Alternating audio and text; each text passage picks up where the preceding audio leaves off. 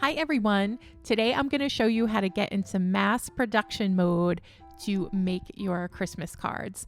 So for these cards, I am going to use 3 large sentiment dies from Mama Elephant. We're going to use the big Happy Holidays, the big Merry and Bright, and then the big Oh So Jolly sentiments. And I am going to use the mixed holiday greetings stamp set for the sentiments. And then we're also going to use the foliage frame to make the little embellishments to decorate our cards. And this is the foliage frame, and these are the little berries and little flowers and the leaves that go along with it. And then I've also die cut out some pattern paper to use for our card backdrop. And then I've also already pre-cut all of my A2 size card bases. So here are all the pieces, and we are going to go right ahead and start mass producing some Christmas cards. So I'm going to be doing 3 on screen today. I'll show you a total of 6 variations, but you can scale this up as much as you need. So if you need to do 20 cards, you can definitely mass produce them using this technique. So to start, the first step, after I've die cut and assembled all of the different items that I'm going to need for the card, we are going to start stamping the sentiment onto the inside of the card. And if you have a stamp set like the Mama Elephant one that has multiple different sayings, you can use multiple ones. But because we are in mass production mode, I am just going to stamp the same sentiment over and over again. And I'm going to set it up in my MISTI. And I'm going to get my Versamark ink. I'll just put my anti-static powder tool over the back of the card to make sure that the embossing powder only sticks where I want it to. And then we'll just get a good impression here and then add some embossing powder. I'm using some red embossing powder from Wow. I really think that having a colored embossing powder for these cards just adds a pretty little touch to it. And I'm just gonna put 2 layers of the embossing powder on there and then go ahead and clean up my work area, and then we can do our heat embossing. Now, one great thing about mass production mode is that it's so much easier to heat emboss multiple items at a time because you don't need to let the heat gun warm up for each card. So that was one thing that I really liked about this method of producing cards, because this is probably my least favorite part of card making, is doing the heat embossing.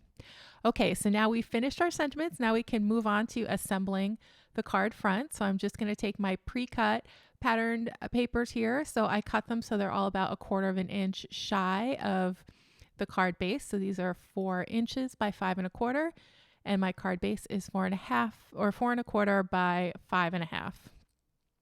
And I'm just going to attach all of those to all 3 of my cards here because we are in mass production mode.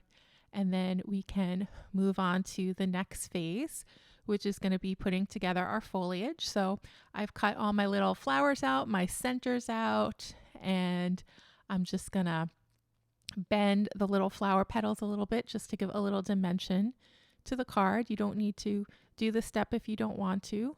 You can apply the flowers flat to your card if you like, but I just wanted a little bit of dimension here.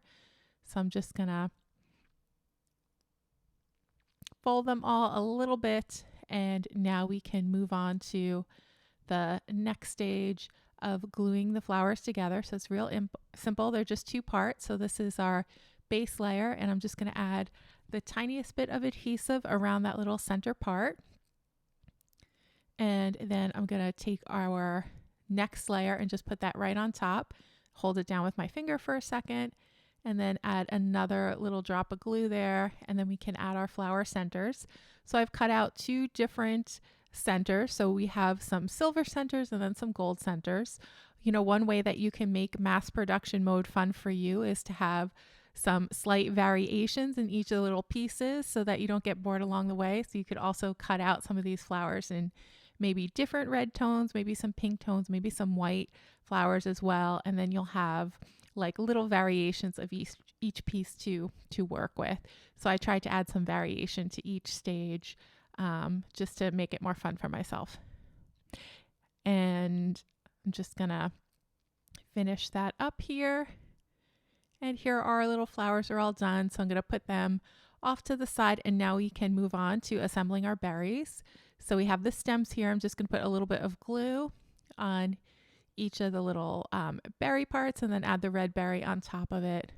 And again, this is another area where I add a little variety. I use 2 different types of cardstock to cut out our berries so that we can have some different looks going on the cards as we get into the final stage of assembling everything together. And this is a great project to have an audiobook on in the background, maybe have some Christmas music to kind of get you in the holiday spirit as you do this. It's just, I really enjoyed this process of just not really having to think too much about the design and just kind of playing and just kind of letting my mind drift while I just put these cards together. It was a real joy to make. Okay, so now we're going to move on to the next stage. We are going to put together our large sentiments on the front. So what I did was I cut out 3 different die cuts for each of the sentiments because I want them to stand up from the card base. I just like that look when there's a little bit of dimension to the sentiment.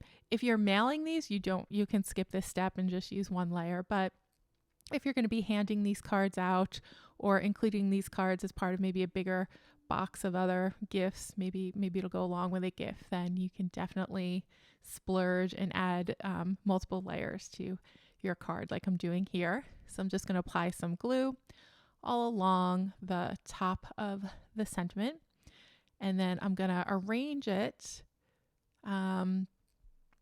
right on top of the red die cut.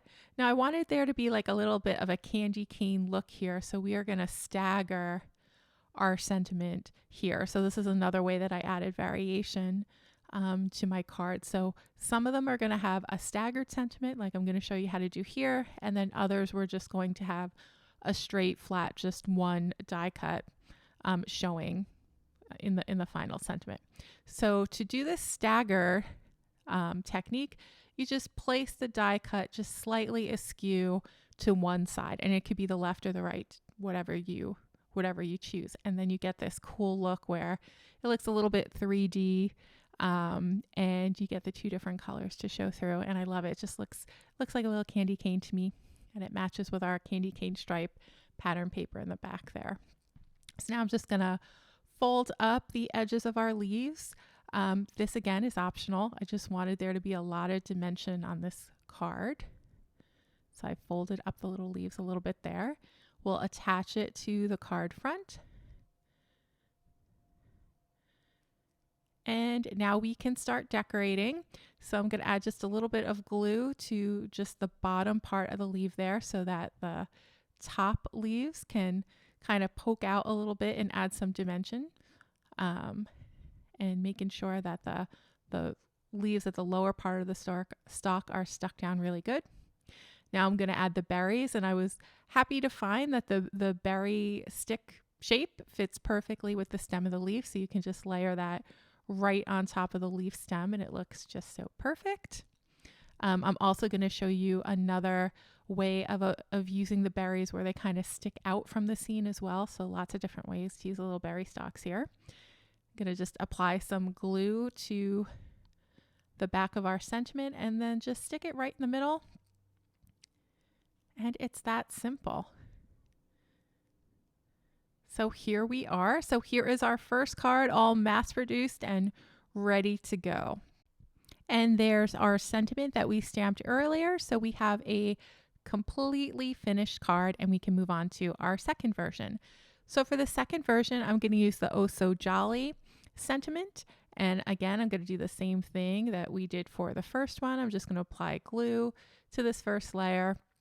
And then I am going to just stick the second layer right on top. And for this sentiment, we aren't going to do the staggered effect. We're just going to apply the top green layer just directly over these 2 layers right here. So I'm just going to add some glue, and then we can attach the green die cut right to the top there with no overlap.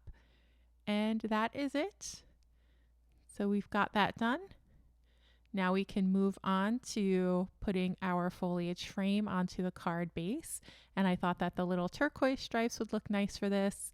I also cut this frame out on some sparkly glitter paper. I just thought it would be, again, another fun variation for these cards instead of having a green backdrop. And then we'll just add our leaves to the corners like we did for the first one.